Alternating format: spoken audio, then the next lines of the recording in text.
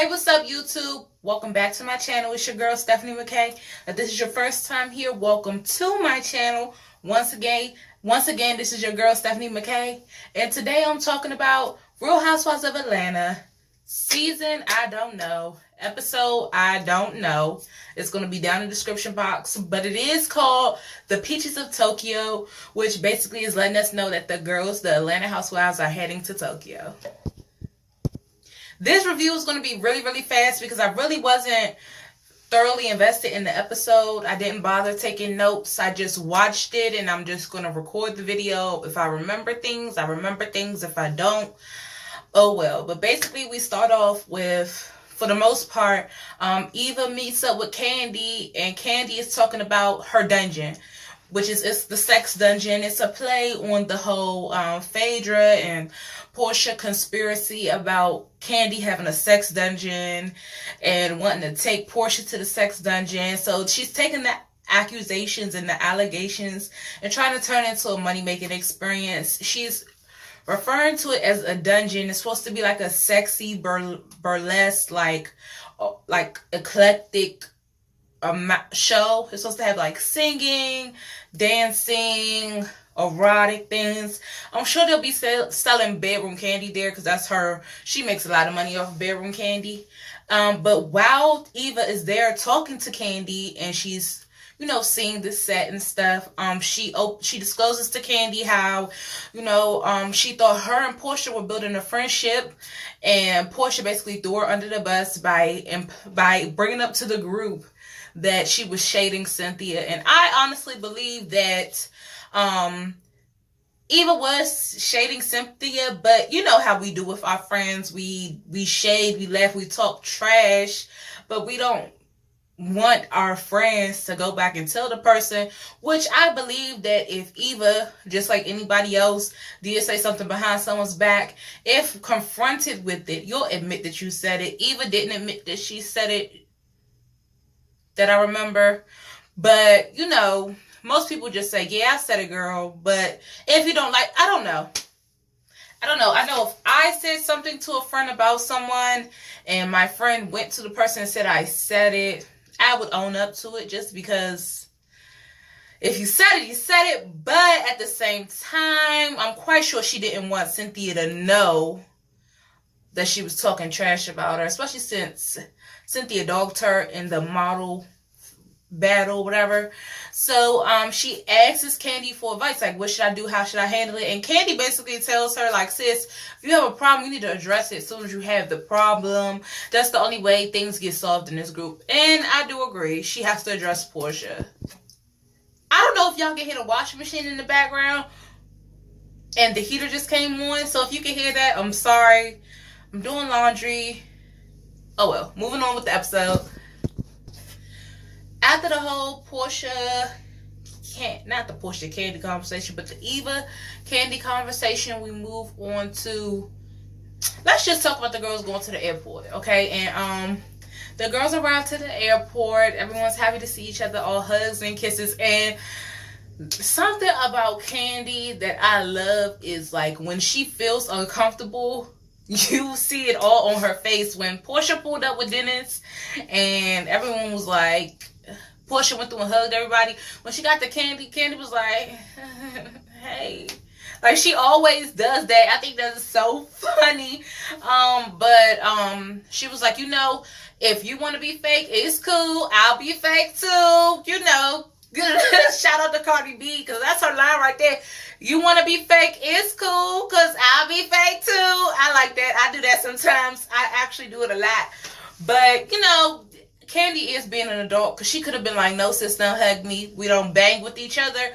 But instead, she was real receptive. Hey, girl. Mwah, mwah, So they get on the flight. Now, Tokyo is a long flight. Okay? I think they said 14 hours. I can't do nothing for 14 hours straight.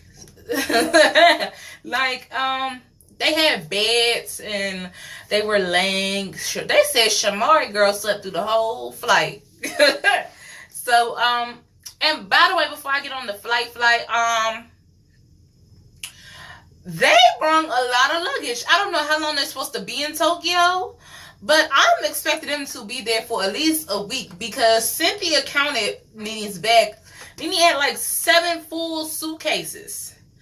Marlo had a good amount of bags. That's the funniest part. So they get to Tokyo and everyone has their luggage except Marlo. And everybody knows Marlo cares so much about her fashions, honey. Okay, all her fashions was in her bag and they lost the bag. And you would have thought that put a damper on her whole setup. Okay, she was pissed to the highest festivities. Okay, so they get to Tokyo. Marlo don't have her bag. They get on the bus. They go to a hotel. The hotel looks so pretty. It was so different from, you know, luxury hotels in America. Like just the decor was different. And they sit down to eat dinner, and Candy was not in a good mood. Okay, when she saw that food, she was reading the menu. She said, "I don't know what none of this is." It said something smoked salmon tartare. She said, "No, ma'am." She said, basically, we gonna sit here and do cute and record this sim, but after this, I'm gonna go get me some real food because I can't eat this. But everybody was eating. The food did look unappetizing to American standards. I'm sure like that's really high level food in Tokyo. So I'm not going to disrespect anyone's culture, but Candy was hangry. She was hangry as hell. And I understand because I get hangry too. I turn to a whole nother person when I can't eat. So I get it, Candy. I get it, Candy. So after they're eating, they're pretty much done eating, Eva takes this opportunity to say, you know, I'm about to show y'all how I get down. If you got an issue, let's bring it to the floor. As a matter of fact, I'll go first. That is hilarious to me. As a matter of fact, I go first. Hey, yo, Portia, what's good, sis? That's basically what she said. But she was just like, Portia, you know, I thought we was friends. You pretty much threw me under the bus, and I just really want to know what's tea. What's tea, Portia? What's tea? And Portia was like, girl, what you mean what's tea, sis? I called you on your stuff. You were Shay and Cynthia. Then they showed clips, honey. Bravo in these flashback clips. They be shading down in these flashback clips, okay? They showed Eva shading. What's the girl name? Shamia. They showed Eva shading Shamari. They showed Eva shading Cynthia. She just don't like these S and C sounding names, clearly. She is shading these hoes down. Okay? And you know, and then Marlo and she injects something like, you've been talking about me like a cat. Like a cat is less than a dog, girl. When they said that, I said, you know what? They just be saying whatever. But they pretty much moved past that. And then Portia, you know, announces to the whole group that she's pregnant. And that is so exciting. Like, I'm like, it's about damn time. It's about damn time. Now, let me be very clear. Backtracking to last episode, I do believe in my hearts of hearts that even though Portia was pregnant at Candy and Todd's party, I do feel like she was aggressive in that particular situation for the mere fact of when you compare Portia's story and the Candy Coated Click story, they parallel in a lot of ways. One of the ways being, you know, Portia came over in an aggressive manner to press a homegirl, like, what's up, sis? What's up? What's being said? And you have to understand that when you come with that energy, you're the aggressor. So you can't be upset by anything after that when you're aggressing a situation. I don't think that Portia's pregnancy hindered the pressing at any point. Okay, but anyway, then Portia makes the excuse like, oh, if I've offended anybody, my hormones are all over the place, I'm pregnant, da da da da. I don't think that's important. But then Eva announces that everyone has the same suite. And as you all know, on these Housewives trips, someone always has a problem with the rooming, you know. And the fact that everyone had a suite and all the suites were exactly the same, that was good. Okay, I'm happy. Real Housewives of Atlanta have a budget. They have a budget for this trip. Okay, child, they got a budget. All right, cause Tokyo, that's a long trip. Okay, everybody got a suite. Okay, that's what I'm glad the Housewives of Atlanta are getting a budget that's similar to the other Housewives, New Jersey, Beverly Hills, all of that. Okay, so everyone goes to bed, and the next morning Eva wakes up to a phone call from her mom, and her grandfather has had a heart attack. He has like a do not resuscitate order, but no one knew, so they resuscitated him anyway. Oh, that might be a lawsuit. That sounds like a lawsuit, right? Like, if I have do not resuscitate paperwork, are you resuscitating me? Oh, that's a lawsuit. That's crazy. America is a really too happy country, but that is a lawsuit. But maybe they was just acting in the moment because nobody knew. But whatever. And she's like crying, real upset. She goes to Candy's room because apparently each room came with a bottle of champagne, and Candy the only one that don't drink. So she went to Candy's room and was like, that champagne in here, can I get that? And I guess in the process of trying to get the liquor out of Candy's room, she had to tell Candy, you know, the bad news. She was crying. She was really upset. Okay. We move past that, and I'm sorry even for what you're going through. Okay. The loss of parents and grandparents is very traumatic, and I'm really sorry. My heart goes out to you. But, oh, at the dinner as well, they get introduced. Let's say introduced it. That's them PG County Public Schools. But anyway, they get introduced to their travel guide, this little Asian lady. And off the break, she's saying, you know, here in Tokyo, they in Tokyo, right? Here where we at, punctuality is key. If you late, it's a sign of disrespect. And black people always are late, for the most part. Most black people are late. My friends are always late, okay? My friends are the I can't say words today. Are the epitome of late all the time. Like, it's to the point where I gotta tell them to be there 30 minutes later than the time I really want them. 30 minutes earlier than the time I really want them to be there, just so they could be 30 minutes late. It's that bad. So she says this, and apparently she goes through this with Americans often, because this was one of the main things that, you know, she expressed, like, be on time. So the next morning, when it's time for everybody to be at the bus, she told everybody to be at the bus at 11 o'clock. And we see real punctual people. We got people, I think it was Eva and Tanya. Eva and Tanya was first, and they came at like 10:45.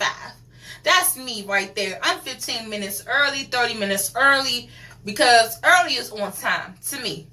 But they was there 15 minutes early, and then I think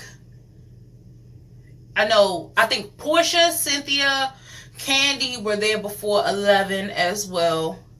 Nene came 30 minutes after 11, and then Marlo came 45 minutes after 11, and Marlo was still salty, of course, because of the fact that, you know, she like, y'all hoes know I don't have no luggage, and nobody offered me no deodorant, no rubber band, no panties, I don't have a bra, da da da da. She's going off. I do agree. All the ladies did know that she did not have her luggage. She did not have anything. I think all she had was the bags that she carried on the plane. That everybody knows when you go on a flight, the only things in your carry-on are the things that you pretty much, your valuables, like jewelry and things like that. And then the things you need for your flight, like your phone, your tablet, your charger, things like that. So I could imagine she had toothpaste or something in the carry-on, but we don't know for sure. And she's just like, y'all didn't check on a sister. And they didn't. And that's messed up. Especially Nene, because every time they show Marlo, it say Marlo, Nene's friend.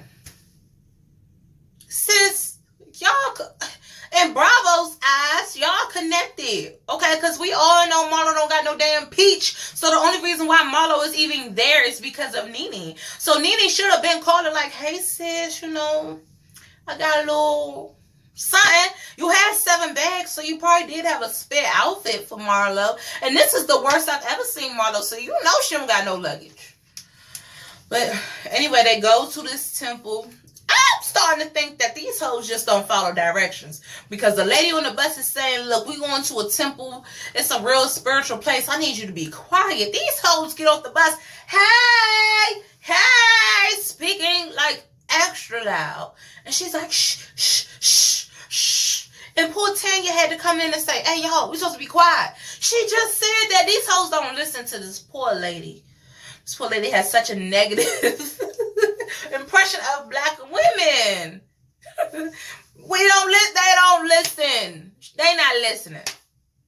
And it's okay, No, it's not. But then they go to this little fortune wall. They reading off their fortunes, and the fortunes were really positive. I think actually it was only positivity in the fortune wall. Because everything that was read was real positive. And then they go inside the temple where all the ladies pray. And you hear like production play, like pray each lady's like majorly prayer. That was cute. So then we close off the episode with the ladies go get sushi. Candy is about done with Tokyo. Okay, so they go get sushi and Candy is like, y'all got, who was that? Shamari asks, y'all got a deep fryer? She thought she was at the Quick Way. She thought she was at the Quick Way hibachi spot. Like, oh, can you just deep fry my little sushi roll? And Eva is like shading, like, child, this is not Atlanta. Atlanta sushi is a catfish basket. That was cute. But, yeah, they was just, Candy, of course, was upset. Like, all right. Like, Candy is not with it. She want to go home. She needs some butter, and she needs some greens and some biscuits. She own a soul food restaurant, so why out of all places, y'all take her to Tokyo? But it was cute. It was a cute little scene. But basically, while they were at the temple, last thing, this is the last point of the entire episode. While they were at the temple, there were comments made to Tanya in regards to her fiance. So Tanya received a fortune about, marriage, I'm assuming. And Nene and Marlo basically like tag teamed comments like, oh, just because the fortune says marriage, that don't mean you're getting married to your fiance. And Tanya took offense to that, so she addressed it over sushi. Like, why would you say I wouldn't marry my fiance?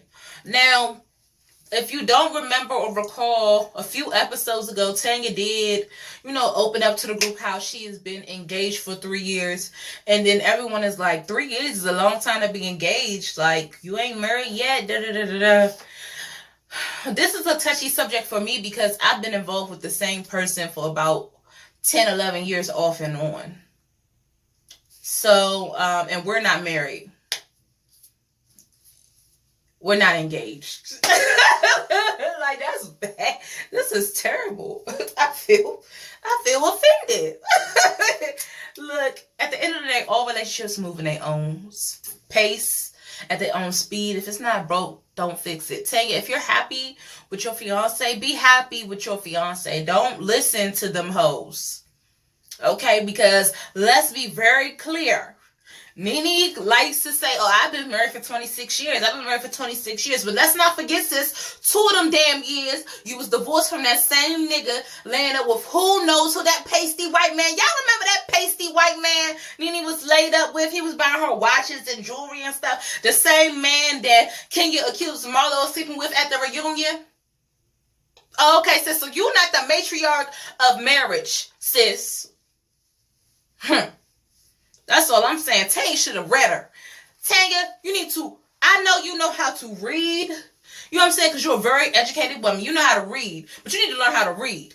Okay? Because sis would have had me all the way told up, talk about my relationship. Okay? But Tanya handled it like a lady. Like, What's problem? Like, why would you say that? Why would you say that? And then, of course, Nene blows up. I don't care. I don't care. I don't care. Give me 50 feet. Give me 50 feet. Child. My head hurt. I done got worked up, y'all, messing around with these housewives. But it was a good episode, all in all. I just really couldn't give it too much. Like, I couldn't take notes. And you know what? I think I like this format a little bit better. I don't think I'm going to take notes anymore. I think I'm going to literally watch an episode and come straight here and record it for you. Because watching it, okay, so I normally watch it when it first come on. Then I watch it again and take notes. And then I come in here and try to read off the notes and talk to you guys. But this feels a little bit more organic, a little bit more genuine. I think from now on, I'm going to just watch the show and then come and just talk to y'all off the cuff, not even like taking notes. That might work for me. Anyway, y'all, that was it. That's the end of my review. If you like this video, like this video. If you like me, then subscribe down below. Don't forget to comment. I want to see some interactions. You know, it's only 80 y'all right now, but that's cool. That's cool. I'm not affected. I'm saying, no, we just having fun, guys. Thank you for watching my video. Please watch all my other videos, and I'll talk to you guys later. Bye.